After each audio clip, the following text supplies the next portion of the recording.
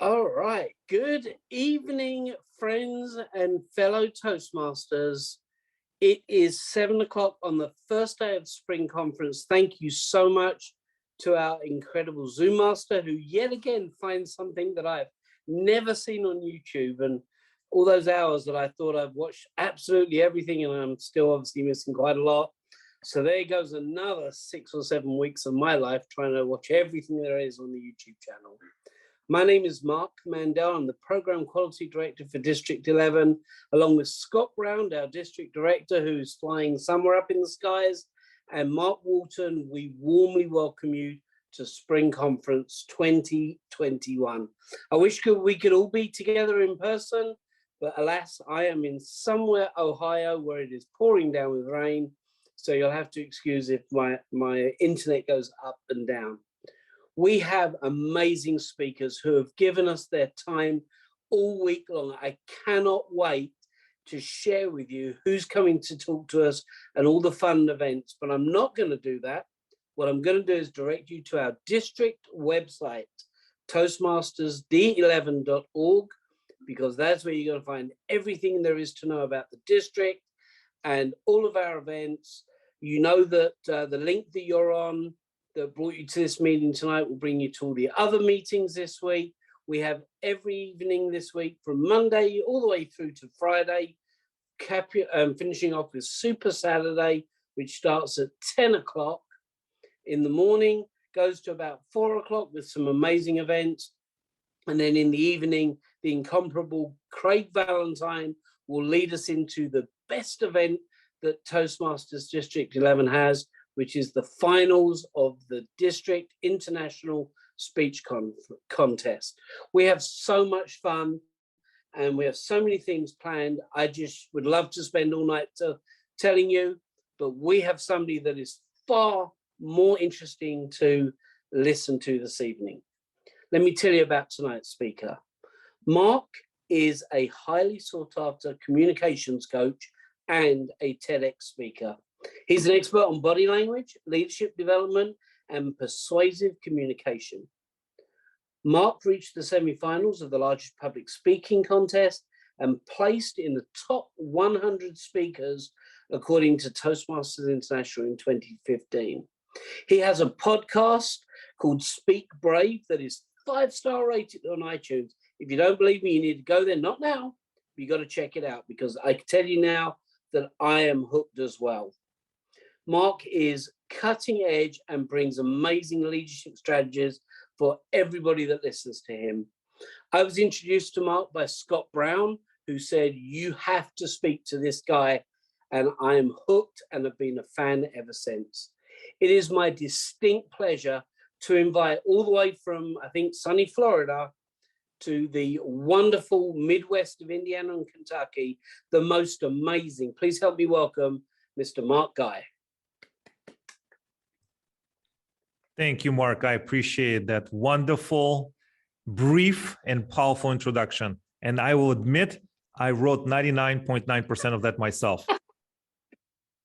So thank you for that indulgence and for the pleasure. I would like to invite everyone to tune in, relax, and also open up your heart, your mind, and your full presence, so we together, in the time that we have, can go on this exploration or perhaps a discovery that will help you position yourself to live a life not by default, by design. So my presentation today, it is to welcome everyone to think deeper about where you're going with your life, how you can make small adjustments, small improvements that will perhaps exponentially increase the quality of your life. Does that sound interesting, or is that okay? I mean, or just give me a wink, give me a thumbs up, give me a dance number, or blow me, whatever it is that you have, I will take it all. So throughout my presentation, I will be asking and inviting and make it a safe space for everyone to participate. I may ask a question, or I may ask someone to name something that is part of the presentation. So I will, hopefully, you will trust me enough to participate as much as you can. And I see some familiar faces: Thomas, Blake, Marie Loeffler, perhaps a few others. I am from District 84, have been part of Toastmasters family for 10 years. I joined in Central Florida, in where I live in Winter Haven, Florida. I joined on the first night and I never looked back. So thank you everyone for having me. Welcome to this first night. And I hope you will have fantastic time together and will be a positive experience for everyone. So I will start in just 1 second and I'll show you my presentation. Okay.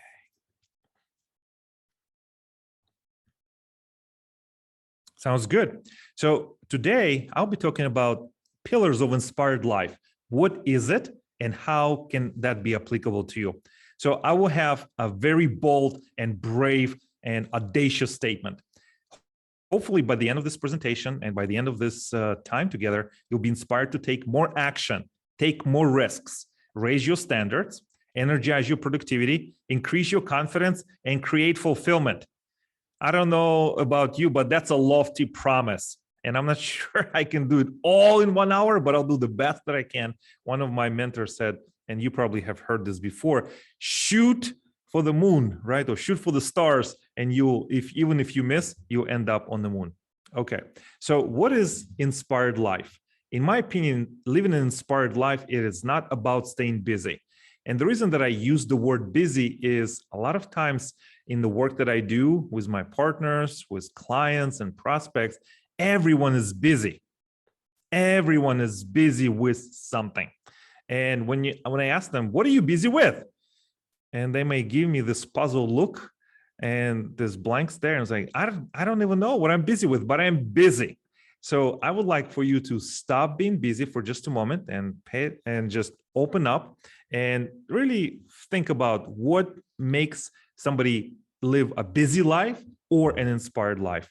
So in my view, inspired life, it's about accomplishment. It's about doing significant work that you feel great about, that you feel fulfilled, and you feel with 100% in your mind, in your soul, and that you are living your life with the best possible purpose.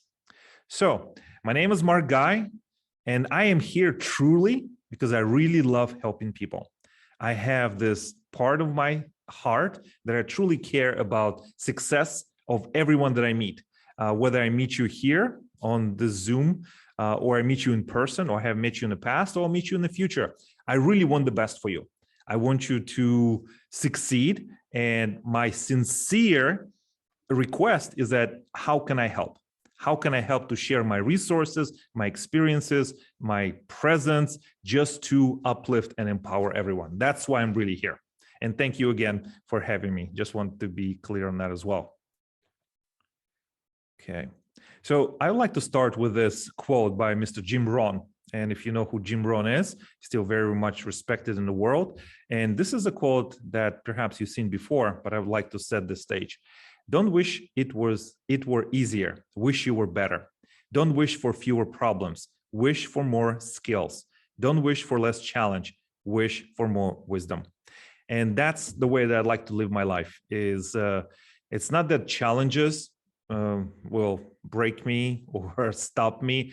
I wish to acquire diversity in thinking, have open, curious mind, and have resources within my network or in the way that I think that I can grow, because I feel that without challenges, we cannot really grow. And if you have ever come across the work by Mr. Steven Pressfield, he's an American author. He wrote Turning Pro, the War of Art, not the art of war, but the War of Art. And he said, if you decide to change your life and you decide, well, I'm going to take this course, or I'm going to start a business, or I will fundamentally change the way I think about something. And as soon as you decide that, he said, in Mr. Steven Pressfield's work, he said, equally, life will present you with a challenge. And he calls it the law of resistance. So if you decide to start a business, you may get the news that somebody is ill or there's an emergency. And just as you make a decision, life will present you with a challenge, the resistance. And it's essentially asking you, okay, hotshot, you have this great idea to change your life, and this law of resistance will come and test you. So I would like to be prepared. And that's why I wanted to share this information with you. And I've been thinking about this. Why so many people are unable to live an inspired life? And one of the things that I'd like to offer you, and it's a 4-letter word, it's a PG presentation, and it's fear. I think a lot of times we have the fear that grips us. And let me just ask if you would like to unmute or put in the chat. And if it's something that you fear about, perhaps being judged or being not ready, even if it's related to Toastmasters, why, what do you fear in your life? Let's say with your speaking. So let's open it up for everyone. And I'd like to see at least a couple responses. If you feel shy, if you don't want to say it, put it in the chat box. What do you fear? What stops you from, going for the next level in your speaking performance or even in your communication journey? Fear. Hurting my pride. Okay, so hurting my pride. Yeah, pride, that's right? like it being embarrassed. Okay. That's hurting my pride. I have a level of, what do you call it? That I expectation out of myself. And if I mess up or something, then, or if somebody's laughing or judging me or anything, that hurts my pride. Okay. So that pride, it's part of your identity, right? Right. I think we all have it to some degree, of Yeah. what we think of ourselves. Yeah. Isn't it interesting when we're kids? I mean, I hope so, right? I mean, when we're children, maybe toddlers, and when we're growing up to before teenage, we have no fear, right? We don't care about being judged. We don't care about being called or being ridiculed. And then something happens to us, right? As we grow older, what will people think? What will my close relatives think? What will people in my immediate circle will think? And I agree with you. I can identify and I can relate to that. But I also feel that ego, I have, and I'm so glad that you brought this up. Is the pride related to ego in your estimation?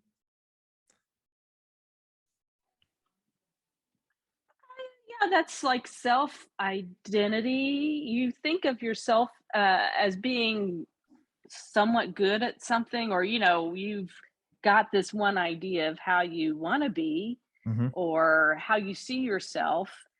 And if something happens that goes against that, so ego is kind of like your identity, right?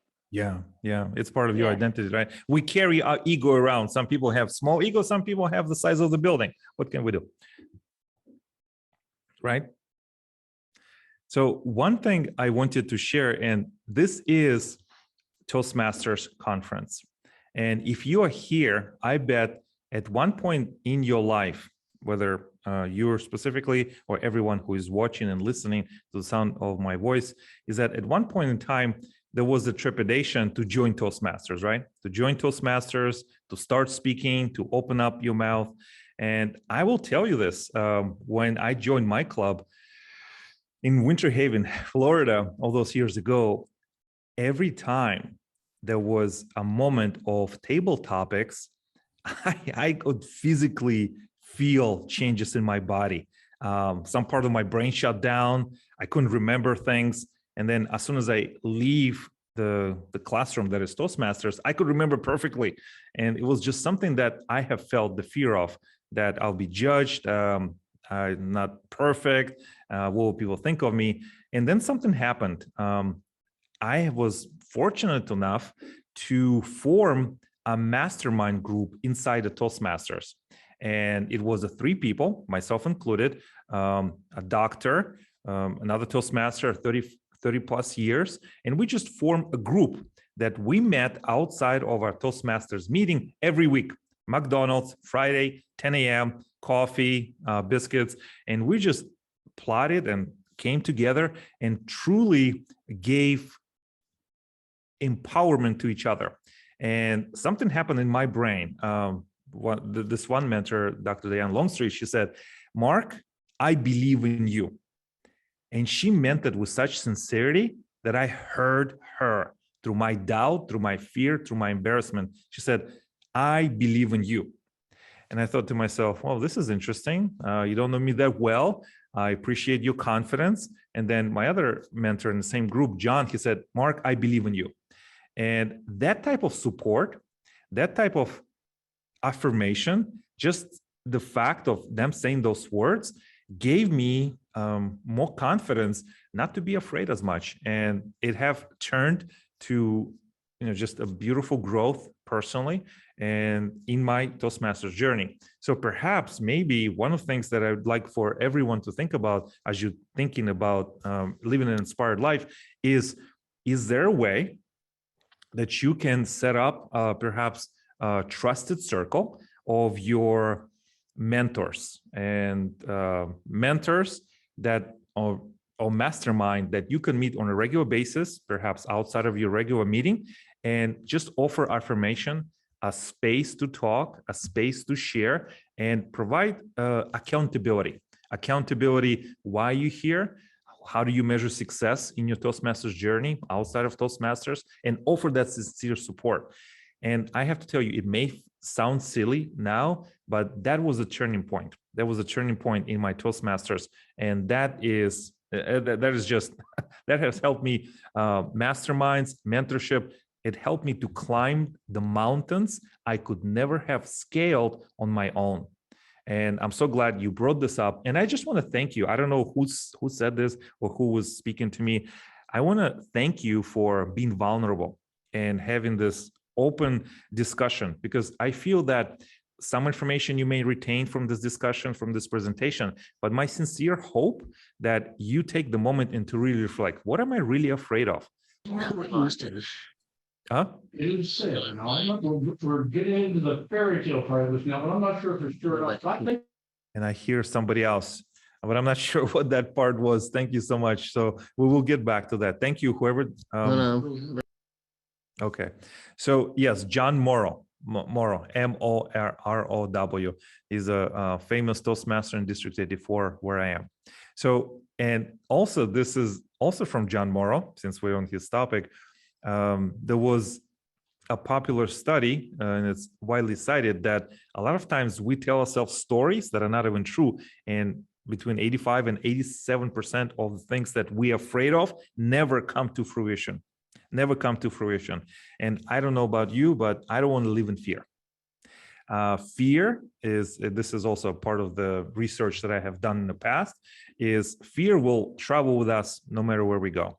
But if we can imagine that we can put the fear in the back seat and don't let the fear control the radio, where we're going, I think we can create more chances in our life. So let's continue talking about this. So what are the stories we tell ourselves? And I'd like to see some things in the chat. Make sure we have some good information there. Okay.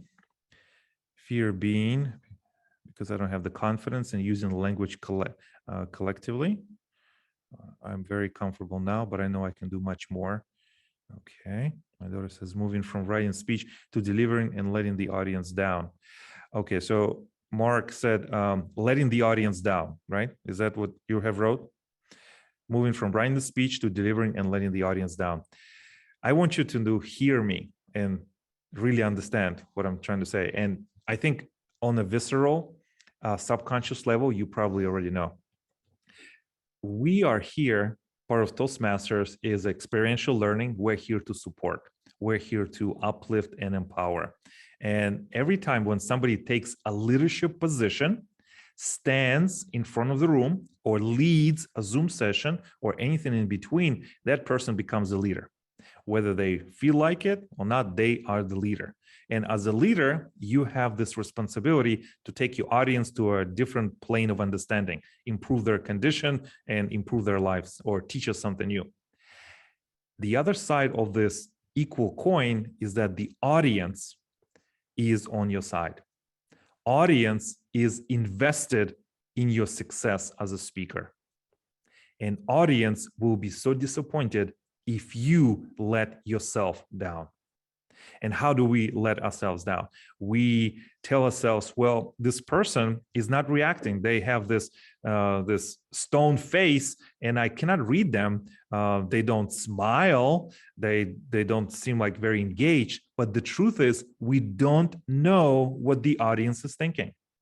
In our own mind, we create stories, and we think nobody's interested. People are not resonating with this message. But the truth is, we never know. And then after you finish talking and sharing your best content, that same person may come up to you then or sometime after and said, Mark, that truly resonated with me. And I truly was moved by the message. I was so enthralled by the information you were sharing from the heart. Thank you. Thank you for giving me this gift. So I have learned many times over and over again, never ever allow my story that I have inside my mind, what somebody does or doesn't do, or their facial expressions when I'm speaking, affect my my performance in front of the audience.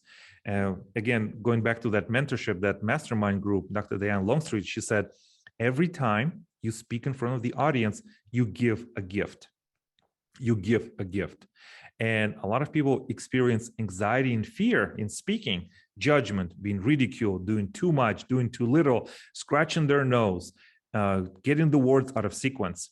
And one of the things that have helped me to reframe this into thinking differently is, if you know the work of Mr. Dale Carnegie and Rory Waden and Jim Rohn, he said, it's hard to be nervous when your heart is on service.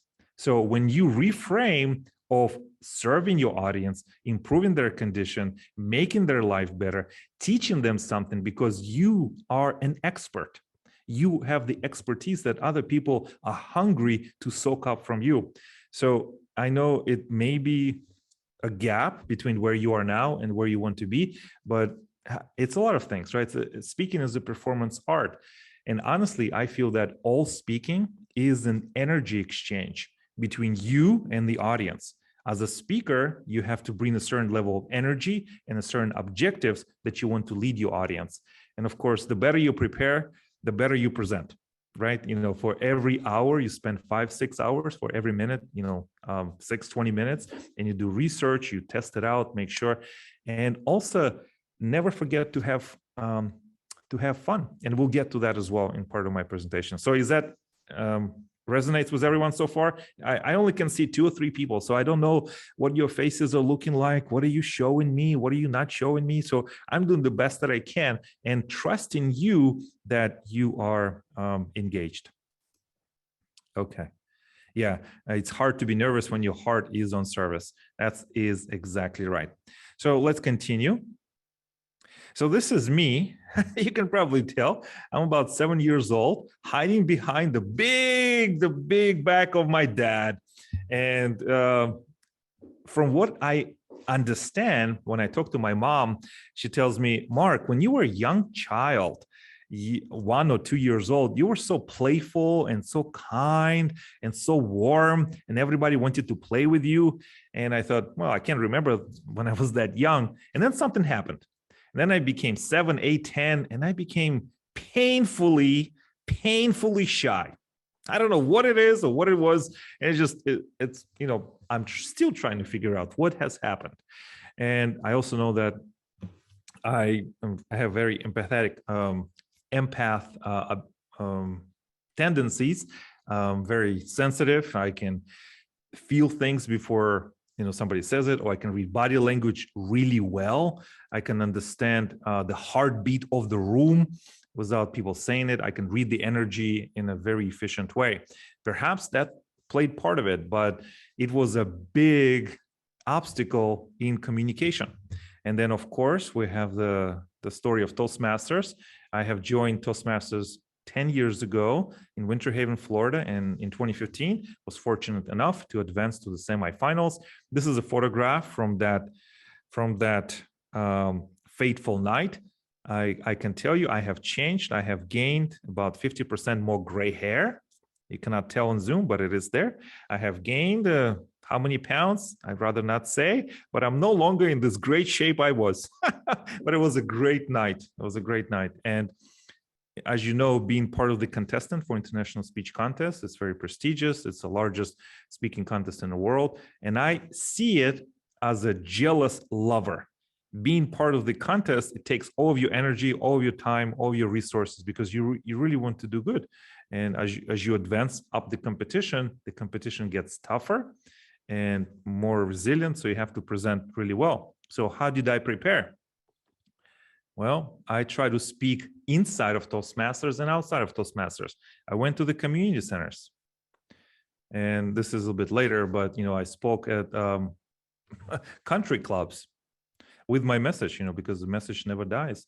Hotels, little little study rooms and classrooms, libraries, wherever I could speak. I wanted to have that stage time muscle memory. So when it was time to go, I was at my best. And then I continued. Restaurants, churches, hotels, events. And while that was admirable, I will tell you that one of my biggest, I would say, accomplishments in speaking was to entertain and bring a smile to teenagers. Teenagers and young adults and children are the toughest audience. They don't let you get away with anything. And if you want to see a stone face, you will see it. And then I realized they just want to look cool in front of their peers. That's why they don't smile. But the truth is, they're really getting your message. And if you can get young kids to smile, I think you have a bachelor's, master's, and a PhD in speaking. And there it is. I cracked a smile. Somebody took a photograph, and this is my biggest accomplishment to date, to make kids smile. All right. So what is the other obstacles that we have to live an inspired life and truly be, live at the edge of your ability is doubt. And perhaps you are with me so far. And let me make sure I read this from chat. Teenagers are hard. It's true. They are very hard. But I think toughest audience is your best teacher. If you're looking to find the best ways to hone, craft, and elevate your speaking ability, find the toughest audience. And what this will do, it may feel like it's an assault on your ego, but it's an advance on your speaking skills. If you can find the toughest audience, you will leap. You will be head and shoulders of almost everyone. And the reason that I believe this, know this, in my speaking journey, the year before I went to the semifinals, the representative from our district who beat me in the contest was a school teacher. And she stood in front of the class every day to the kids. And there's no way I could match that. That's why I try to get as much speaking experience as I can so I can advance in the next year. So let me just move this. So what is the danger of self-limiting beliefs? And we have plenty of those. So when we feel that we're not good enough, or nobody's interested to what we have to say, or even what we do, I would like for you to remember your strengths and focus on your experience and the value that you bring. And a lot of times what I have seen is a lot of people are so close to their own life and to their own experiences. We discount, we discard, and we reject our own value. And that makes me really sad, because I feel everyone has something to say or have value in saying it. And Toastmasters is one of those wonderful tools we have, a part of our life, to make sure that our stories are well told so we can connect with others. So another thing that I think is a big obstacle why we are not living to our full potential is that we just don't know things that we don't know. We just don't know some certain things. And this is part, sometimes we find ourselves in situations we never even meant to be to be in. So I'd like to ask everyone, have you ever heard the story about a chicken and the eagles? or excuse me, one eagle and the chickens. Give me thumbs up if you have, or no, or wink, or dance number. I take it all. Okay, so would you like to hear it? Okay, so this story this stuck with me for many years, and let me set the stage. So if you can imagine a hurricane-like winds, like the ones we have in Central Florida. Hopefully not this year. And this big storm started, and it was gaining speed everywhere. And as it was going through the area, it came upon a mountain. And on top of that mountain, there was a big tree. On top of the tree, there was a nest with eagles. And as the winds and start howling and picking up speed more and more and more and more and more, the wind knocked out the young eaglet out of the nest. And the eaglet fell. It fell from the tree, from the mountain, and it landed on the ground in the middle of the night. The eaglet survived. In the morning, he opened up his eyes, he looked around, looked up, and standing in a circle around him were a circle of young chickens. So the chickens were looking at the eaglet was looking at them, and it was love at first flight, or the first sight, I should say. And young eaglet loved his chicken friends so much that he wanted to be just like the chickens. So they started around the chicken coop looking for worms, the crumbs. They went on adventures, and some time has passed. But the true nature was taking its due. The young eaglet was on the way to becoming a majestic eagle. And as you know, eagles have beautiful wings. And as the eagle was looking at the wings, he was in horror, thinking, why do I have these wings when all my chicken friends have no wings? Oh, I know, the eaglet said. I will pluck my own wings because I want to be just like the chicken. So off he went to work. He started plucking.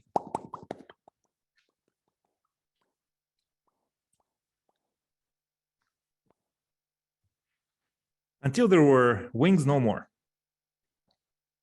Some time has passed. And then one day, two of the brothers of the eagle came to the chicken coop, and they swooped down to the ground and said, brother, we've been waiting for you. We've been looking for you ever since that storm. Please join us now. We're going to soar into the sky, right into the heavens. We're going to go over the mountains. We're going to go over the lakes. We're going to show you the secret to the life itself. Join us. And he got so excited, and he started running and running and running and running and running. And he tried to take off and take off. But he couldn't. His wings were gone. So all he could do is look up in the sky until his two brothers became little dots and were swallowed up by the evening sky. And all he could do then was to walk back home because it was time for dinner. The reason I tell you this is a lot of times we create situations in our own life where we find ourselves in a company or in an environment that is not optimal or conducive or empowering for us to soar. And I find that toxic. I find that depressing. And I find that it's really is a tragedy. And sometimes we do it halfway. Sometimes we kind of find ourselves in situations and we lower our standards. And I hope if you are listening to this right now, that instead of lowering your standards, you raise your standards. You raise your standards and find out, is this environment that I'm in, is this helping me to soar? Or is it helping me to cut my own wings so I can fit in? And that's why I say, we don't know what we don't know. If you find someone in your life, or maybe from the distance, who has done it, what you are trying to do, who has paid the price by showing up, learning, contributing, earning, showing up, pay any amount of price, attention, or your presence to be around that person or persons. Because when you're around the people who have done it or doing what you want to do, you elevate yourself and you elevate everyone in your circle as well. So I hope you don't cut your own wings, ever. Okay, so let's continue. So this is, I will just run through the 7 pillars that I feel of the inspired life, and they're people, places, purpose, practice, patience, play, and power. So I want to look at the time. I'm sure we're doing good, and let's keep going. So number 1 is places, and this is going to right to the story I just said. Where do you spend the most time in your life? And is that places are most conducive for you to do your best work? So you know the rhythm of your life. You know the rhythm of your energy. You know the way that what time you get up. Are you the morning person, afternoon person, evening person, late evening person, night person? Where you do your best work. And what are the rituals that you have installed in your life to make sure that everything is conducive to being your best? When you do this type of a reflection, that inward reflection, I almost guarantee that you will find out that there's some things you don't know, there's some things you're not good at, and there's some things that you will never be good at. And this is such a exercise in humility that you have to say, okay, I'm good at this. This is my expertise. Who can I lower my guard? Who do I trust? Who can I work with that I can outsource some things, that I can partner with some things, and I can grow? And I just want to be very transparent and honest with you that I have this gift of connecting with people and perhaps seeing the things that they need to adjust or change, and also present it in a way that makes sense, to break the language in such a way. But I don't really know how to, communicate some other things or to have some processes. And when I partner with those people, I just feel so great because I don't have to figure out everything by myself. And I think this comes out, how can we ask for help when we don't know? How can we humble ourselves to ask for help and make sure that we're no longer stuck in the same situation? So that's what I wanted to say, is to be humble enough to ask for help. So I will just like to ask everyone here, because I would like to set the tone for the rest of this conference and also for your personal life beyond this conference. How many people here have heard about the concept where you select one word for the rest of the year?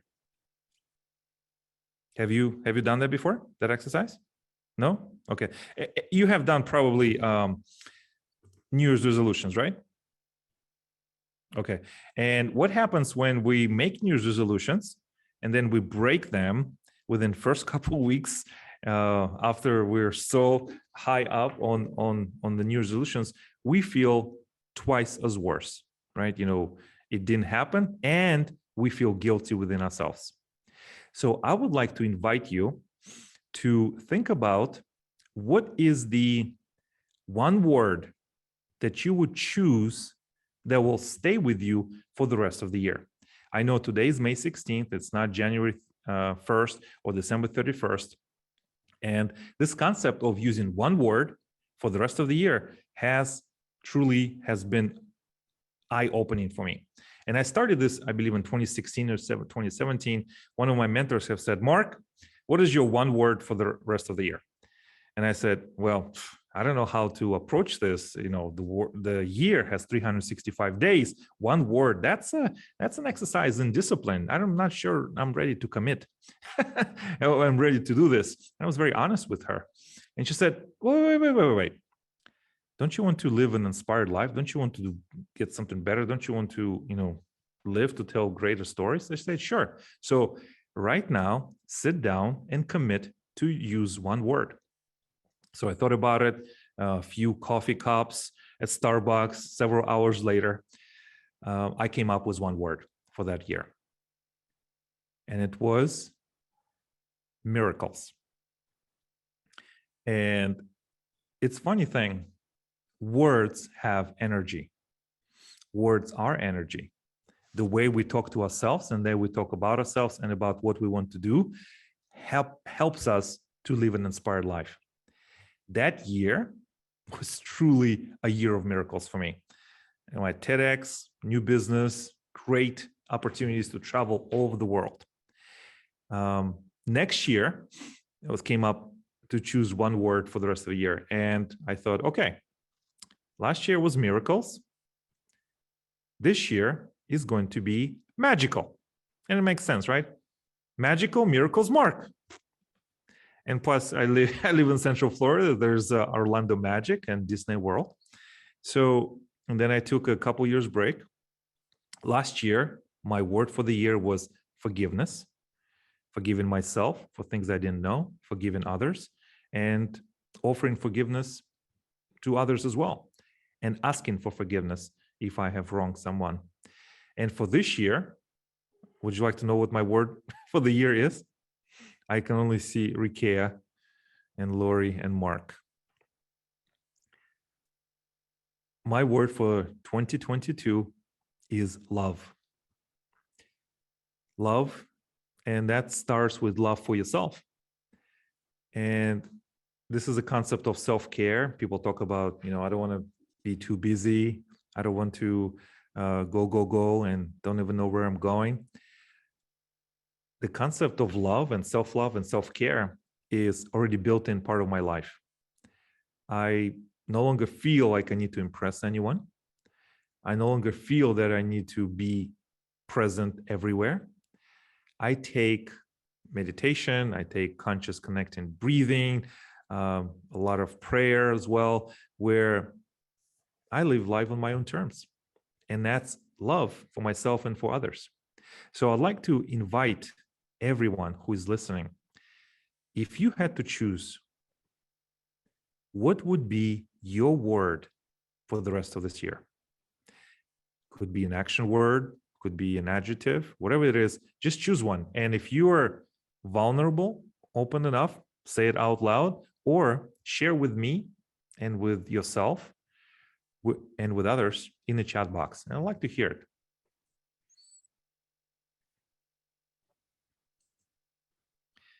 Faith, kindness, encouraging. And if anyone would like to say it out loud, I would love to hear it. Fearless. Love it.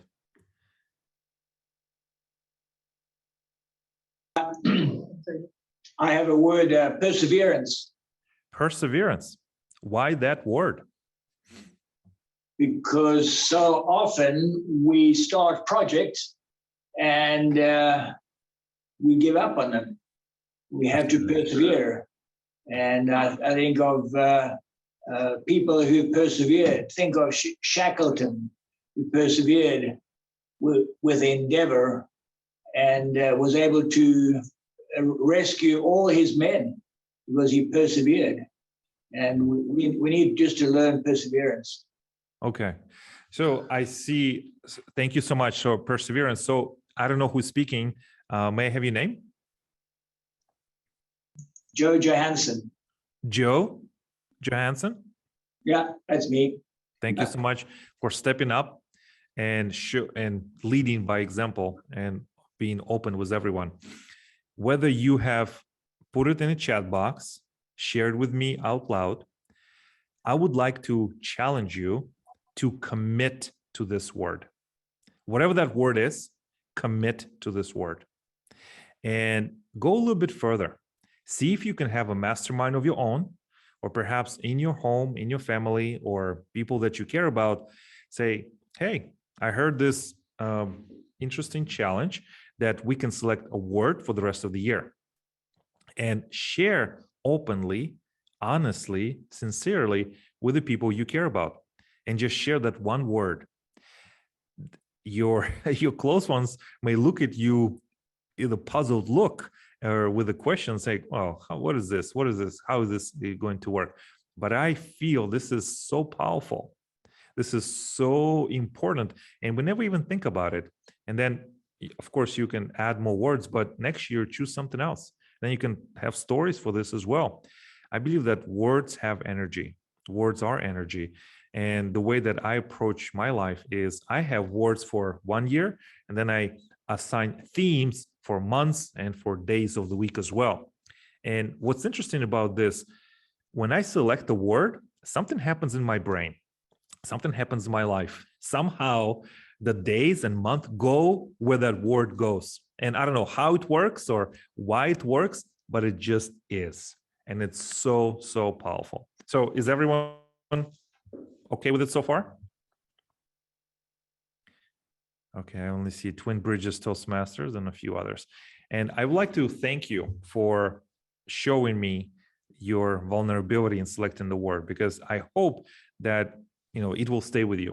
And as you listen to other presenters and as you go through this conference for the rest of this week and this Saturday, think about what is one word or maybe 1 or 2 words that you would like to experience. Because I think that the way you set yourself forward, this is what you will get. And so challenge yourself, like what would be the word that you would like to have for the rest of this conference? All right, so let's keep moving. So another concept I'd like to offer you, and then we'll get to the people, places, purpose, patience, practice, power, and play, is that what is your RPM? And when I say RPM, is that it's actually comes from a few people that I have studied and implemented in my own life. Is RPM is a rapid planning method, or I like to ask of it, what is the results that I want? Why do I want it? What's the purpose of it? And what is the massive action I will take to get there? And that ties in really well with the word of the year.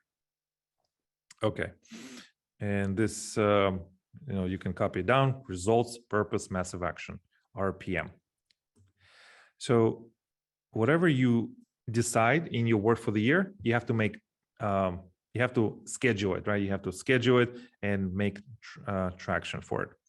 And let's keep going. So the reason I believe in this, because precision in language is persuasion in action, and it's powerful. Precision in language is power. All right, so as we were going through what are the places you spend the most time, the next one is who are the people in your life that either help you or hinder you from achieving your goals. And one of the things that helps me kind of understand this a little bit more is that when you meet someone or you work with someone and they seem friendly and they say the right things at the right time, but somewhere inside of you, you feel that something is off. You feel that there's this negativity, and when you are finished meeting with them or talking with them, for whatever reason, you feel deflated. You feel like you just had this marathon and you can't really understand what it is. So I'd like to invite you to listen to this whispers that your body is telling you, that your subconscious mind is telling you. There's not everyone is your friend, and not everyone is looking out for your success. So every time I have discounted that in my own life, I have paid a dear price. And I had to have lost quite a few things. And the reason for that is that I was seduced by words or perhaps by plans or promises.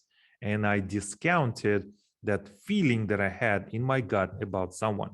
So I would ask you, what are the people that you spend the time with, and what is the Do they uplift you? Do they encourage you? Do they believe in you? Do they empower you? Or do you feel deflated? So, purpose. And this is, we're coming to, I know we're coming to an end, but I'll just finish up here as well. I think I see Mark is gesturing something. I'm not sure what it is. Is that inviting me to keep going for a little bit? Okay. And this comes from a part of my story as well. Some people may know this, some may not.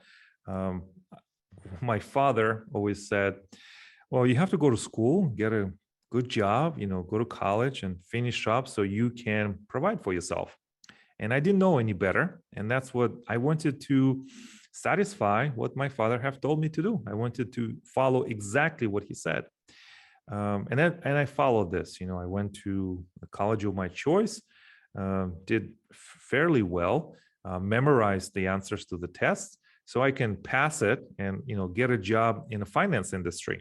And that's what I did. I promised this to my dad, and that's exactly what I did. And there was a cataclysmic, there was a big event in my life, and I was fired. I lost the job, and that was, I don't know, like 20 years ago, something like that. And then some other events. I lost my house. Lost my relationship, and my job. And I fell and I became homeless for a short period of time. And I remember sitting on the couch of my friend, without a home, not a penny to my name, and just thinking like, where did I go wrong? And I came across this quote from Dr. Viktor Frankl. He is survivor of World War II, and he came to the United States, and he wrote this book called Man's Search for Meaning. Dr. Viktor Frankl said, everything can be taken away from a man, except the very last of human freedoms, to choose our attitude in any set of circumstances, to choose our own way. And I remember this quote by heart. Everything that happens to you, you have a choice. You can become bitter, or you can become better. And that's why you're here, most likely. You're part of Toastmasters skill set, the family, what it offers, because whatever that is happening in your life or has happened before, you are trying to become better. And that's what I did as well. I dedicated a big portion of my time, big portion of my energy to become better, to make sure that my communication skill is elevated enough that I am invited to the conversations and tables and places where resources are shared, so I can speak and have my voice heard. Because that's what it is. Just because you lost something now doesn't mean you are a failure. It was a failure, was an event. And after that time, after that loss, I was able to travel the country and the world. And I came across this evangelical family on the West Coast of the United States. And it's in Washington State. And they opened their home to me. They, allowed me to learn about the faith and stay with them. And one time they took me to this mountain. They were doing barbecue, and the night was falling, and we were sitting around, and Angela, the mom of the host family, she said, I actually looked at her and I said, Angela, why did you open up your home to me? I'm a stranger. Never seen me before. I'm not sure you'll ever see me again. And she's not a very tall woman. She sit there very humble and kind. She looked at me and said, Mark, sometimes you have to lose everything to find out who you really are. And at that time, those words, that kindness really changed me, really gave me a purpose. Some of my losses I attributed to my being younger self, not really understanding, trying to please my father and others and please everyone, but just me. I forgot about myself. And also trying to buy things I didn't need with money I didn't have to impress people I didn't really like. And if you are lucky enough to have somebody in your life who believes in you, who gives you the space to be yourself, it is an invitation. It's an invitation for you to live an inspired life. And that's why I believe this whole circle of words, right? The alliteration, the people, places, purpose, process, patience, power, and play. So I don't have all the time to go into it, but I will say that whatever that you're trying to build in your life, you have to have a process. You fall always to the level of your systems, whatever that you make. Patience. The Rome was not built in a day. What we know about all the creators, they create and write and make for the wastebasket, and out of 10, one will be great. This is probably coming for your speech as well. Even, eminent creators such as Mozart, right? He started writing music when he was 4 years old, died under mysterious circumstance when he was 35.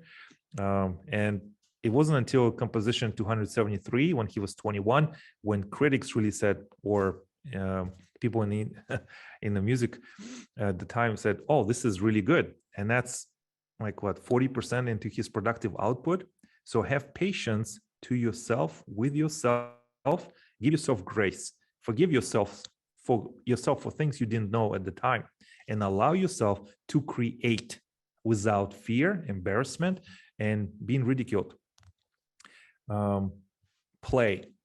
One of the things that I love about our life as Toastmaster and where I am as well is that one of my coaches after my run at the semifinals in the Toastmaster said, Mark, you gave your life to this contest. And I did in one way, but I felt still I was wooden. I was a little bit more, not as great a speaker. She said, why don't we find an improv class and join it together? So I found an improv class in downtown Orlando, drove an hour and a half one way just to take it 1 week, once a week. And then since that, I started to teach my own improv classes twice a week, just so I can be fluid, so I can be present, not perfect, and make sure that I can be as dynamic speaker as I can. And improv, as a communicator, I believe it's a Tai Chi for your soul and CrossFit for your brain. It elevates your speaking to the next level. You can move in and out of situations, sequence of words, presentations at a highest possible level. That's why improv will, no matter what your speaking level is, it will elevate it. And it's also a lot of fun as well. And finally, power. Power to say no to everything that is not building your best and inspired life. And a lot of times we feel guilty when somebody comes into our life and say, Mark, can you please do this project? It's due tomorrow, but it's 10 p.m. today, and I need your help. And I say, no. This is not helping me build my life, and I feel okay about it. Before, I would say yes to everything. But now I'd like for you to also have the power to say no to everything that is not building to the life that you want, and feel good about it. So that is what I wanted to say is thank you again, Mark. I will like to have some questions and interactions as well, but anything that I have covered, and hopefully, I know we covered a lot, but I'd like to just hear some feedback from the audience. Fantastic. Thank you so much, ladies and gents. Please unmute yourself if Laurie's making that happen, and join me in thanking Mark. What a fantastic speech to start us off. As he said, let's go to questions and answers. So, Laurie, how do you want to handle questions and answers, please? That's up to our speaker, how he'd like to handle them. Okay. Okay, so, yeah. If anyone feels compelled to share in chat box or verbal form, I'm happy to answer. Have a conversation with friends. Perfect.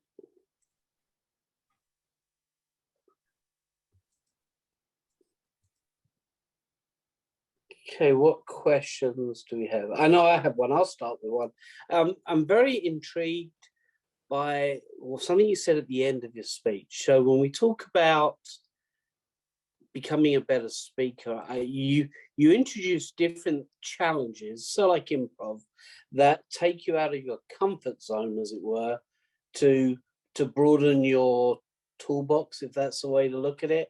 Mm-hmm. do you feel that without those challenges, you would not be the speaker that you are today? Do you think that's relevant? Absolutely. And, you know, Toastmasters is a tool. It is not a final destination. Mm-hmm.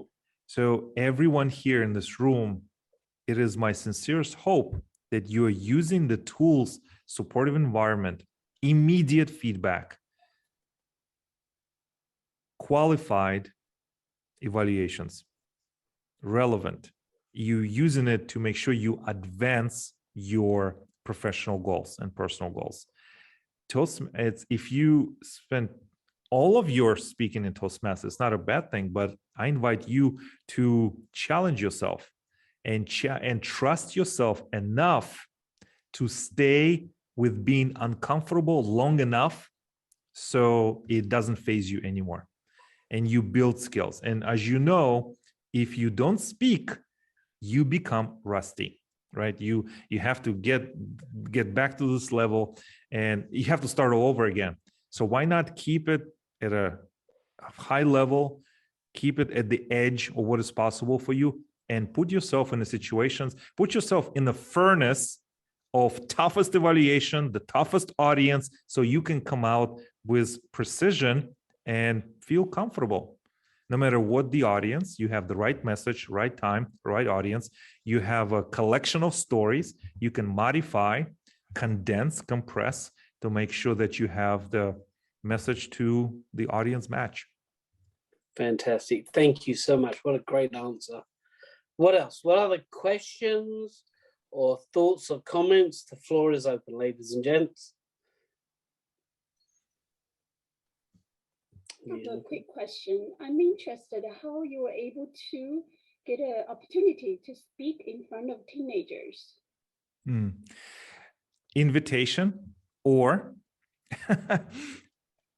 I utilize my resources and my network and I say, okay, you are youth pastor.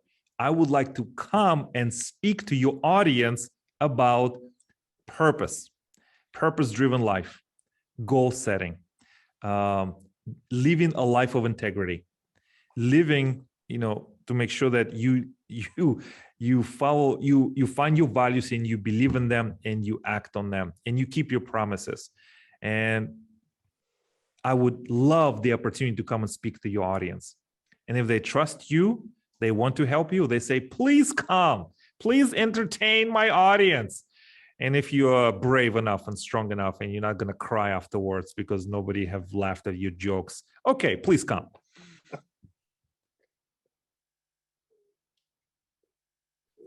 Fantastic. Who else? Any other questions? I saw a couple of comments in the chat box. I wasn't sure what they are, but are there anybody else care to ask any questions at all? Comments, complaints, compliments? I have everything. A question that's based on all that you've done. First of all, thank you for coming and participating in our conference. We really appreciate that. 1 year from now, what do you think you will have grown the most in? And what area do you think you'll have the most to grow on yet? 1 year from today, right? Okay, so I hope somebody keeps count. But I hope a couple souls between friends will not affect our relationship. I would like to say that in the last couple years, whatever I thought I knew or didn't know, now all of it changed. I did not really thought, oh, well, I never imagined myself I'll be speaking on Zoom right now, like in a virtual conference. Like, no, that's beneath me. No, I'm not doing Zoom ever, right? The truth is, it's not beneath you, right? Nothing is beneath you in communication. You have to be a communicator of value. You have to be so flexible to make sure that you can master, right, your craft, right, and be so good and bring calmness and insight. So I would like to challenge myself to add more data, to add more case studies.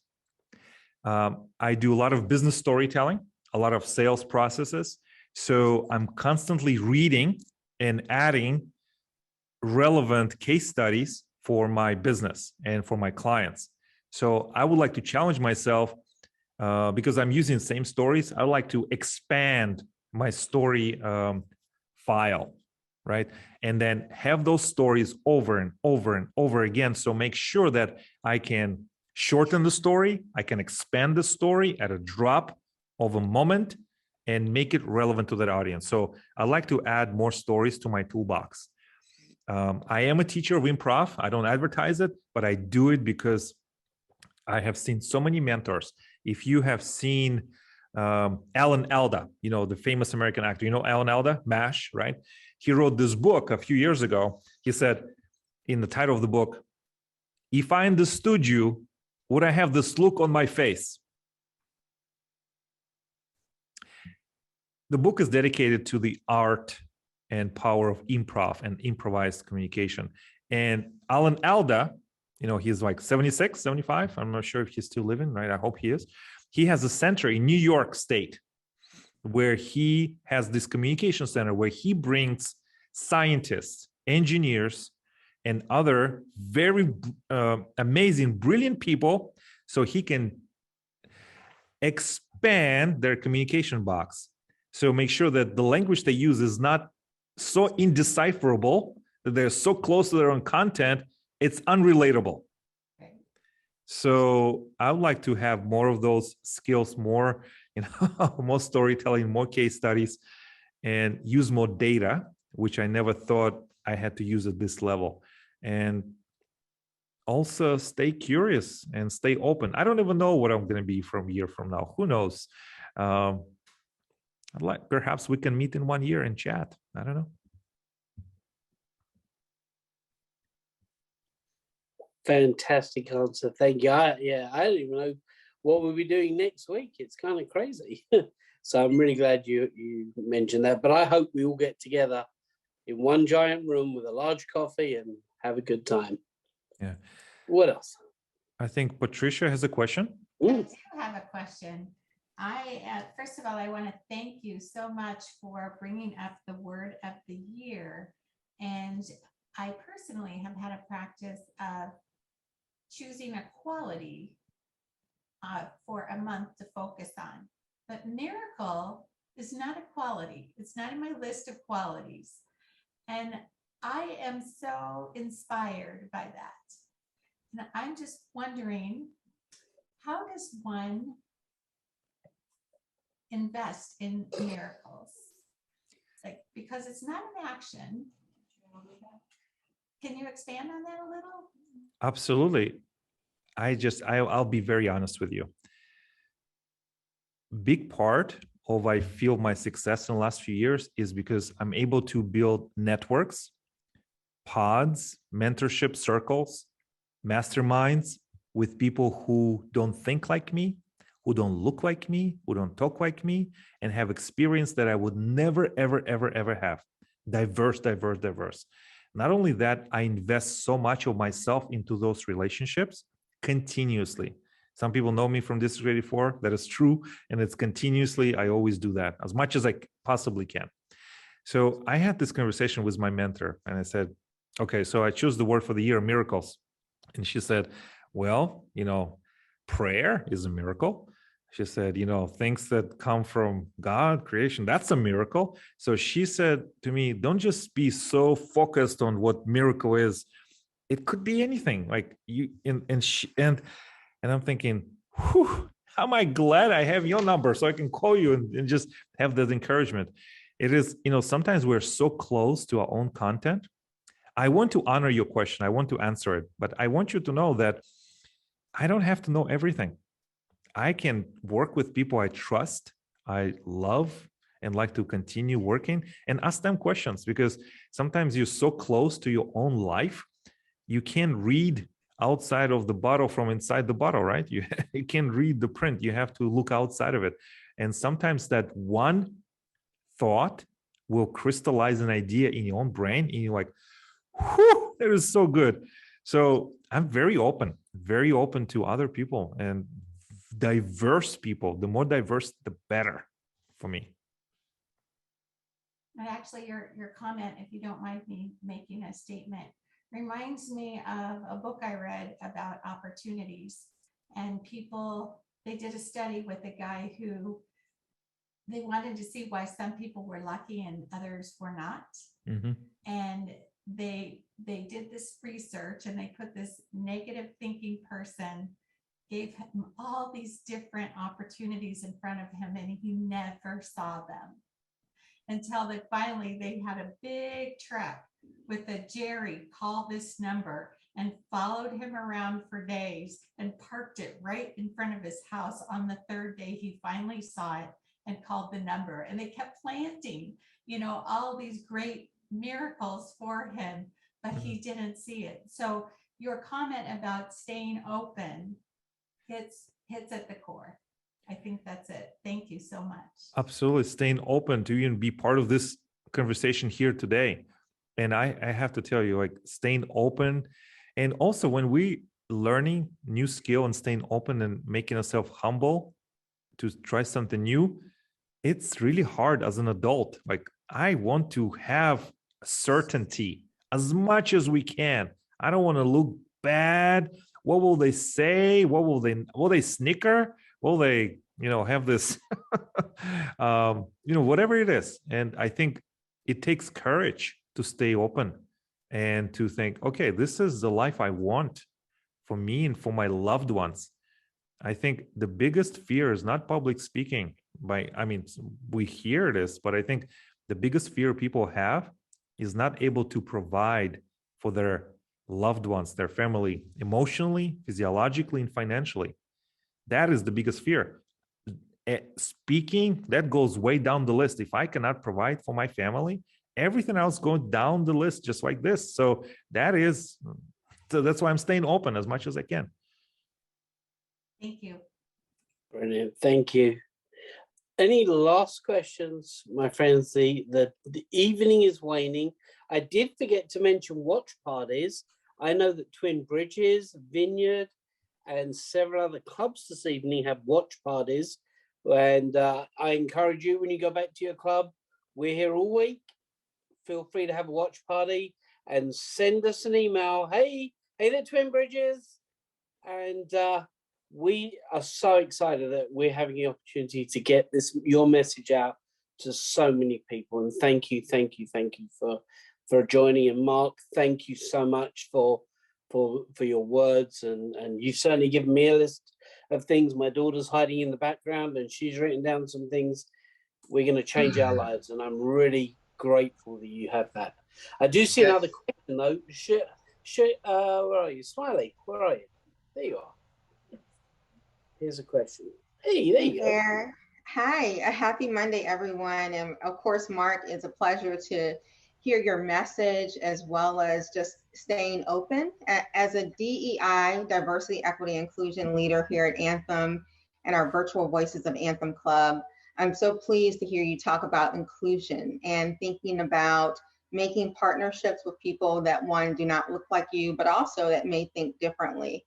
How do you go beyond your mastermind club and mastermind kind of partnerships that you're making to then start to tell that value story of what you're really selling? And we are all here to really sell the value of Toastmasters and understanding how we think outside the box of bringing the right people to the table, but really to help everyone be at the table and grow their own value as a Toastmasters. So how do you begin to evolve beyond maybe the small mastermind groups to now this larger corporate scale? Because we are a corporate club, we're a very successful club, but we want to go bigger and we go pretty hard.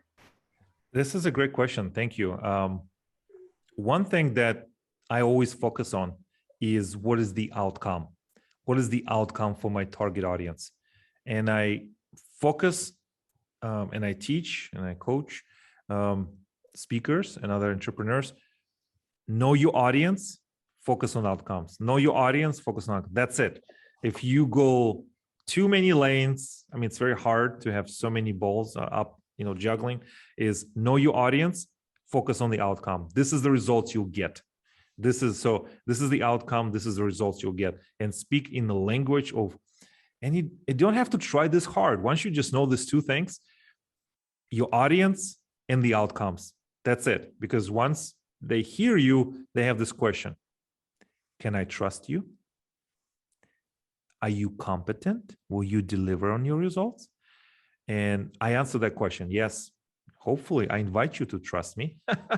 And then I am competent because of this and this and this. This is the results you'll get. And that's all I focus on. I focus on results and my audience. That's it. I love it. Wholeheartedly agree with you. And again, like you said, it's always key to know your audience. I think that sometimes comes first and foremost, but knowing what motivates people, it's really psychology behind it.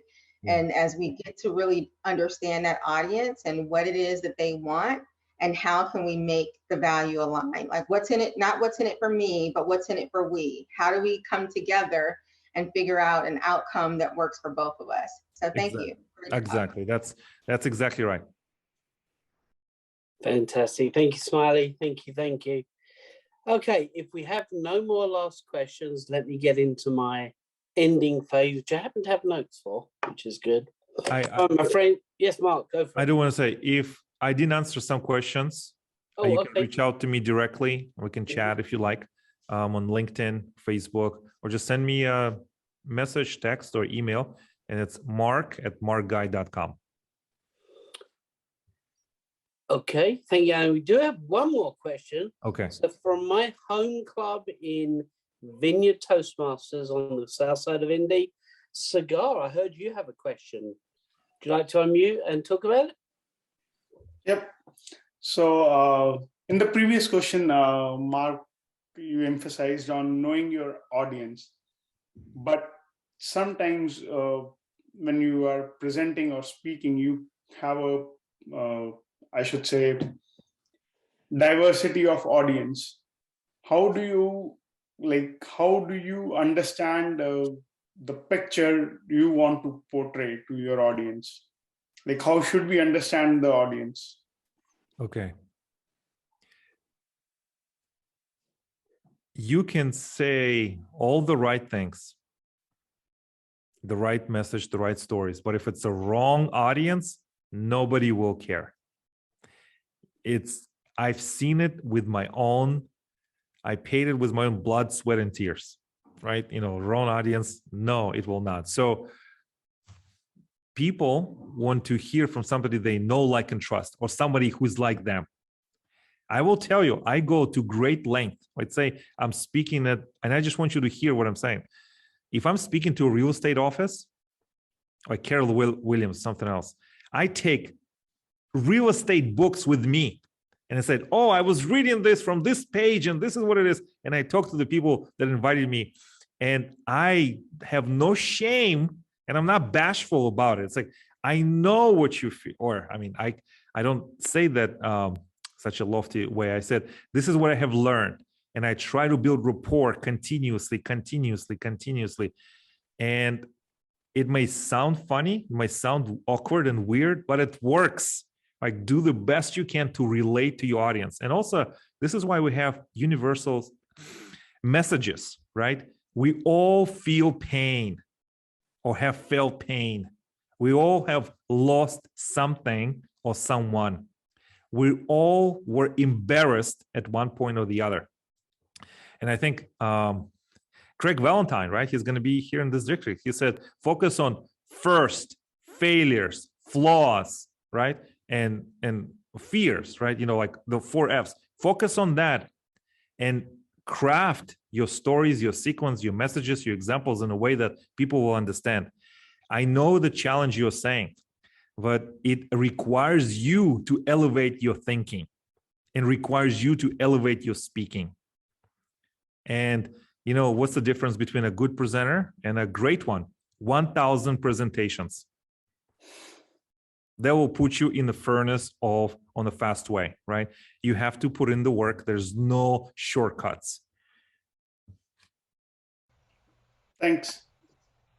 Can I say something, Mark? Yep. Well, I'm from District 84, the Florida group, where Mark is, along with Marie. And I tell you what, my respect for you after this has like gone way up because I'm in the position, I'm a CPA, and all my clients know me as a CPA, the tax guy. And now I'm transforming into the financial planner. And I need some transformation. And yeah, what you've said is amazing. Oh, thank you. Thank you so much.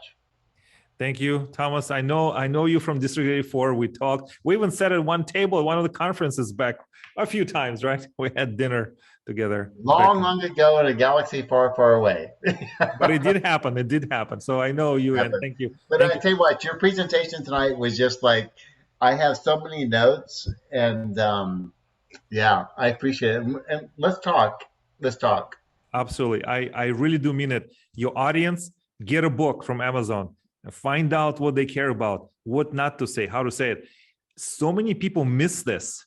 It is so easy to do, and they miss this so much. And that results in lost opportunity, unable to convert. We leave money on the table, connections, opportunities. And I'm thinking like, it's not silly. It's strategic. It's smart. And you may feel silly about it. Get over it. It's not a big deal, but your audience will love it. Oh, I don't. It's so funny. I joined Toastmasters for one reason, because I was teaching a big course. Right. Well, that's went away, and now it's totally different. Yeah. But it's so relevant still, because it's just connecting to people. Yeah. And I think you're really good at connecting to people. I did a presentation today in front of like 50 people, and it was just so fun. And the people that I was doing it with, they were so nervous, and it's like, oh, it's like, no, it's all good, it's all good.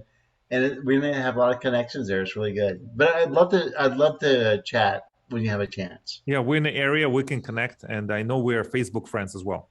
Yeah, cool. Yeah. Great presentation. Thank you so much. Thank you. Thank you, everyone. Thank you.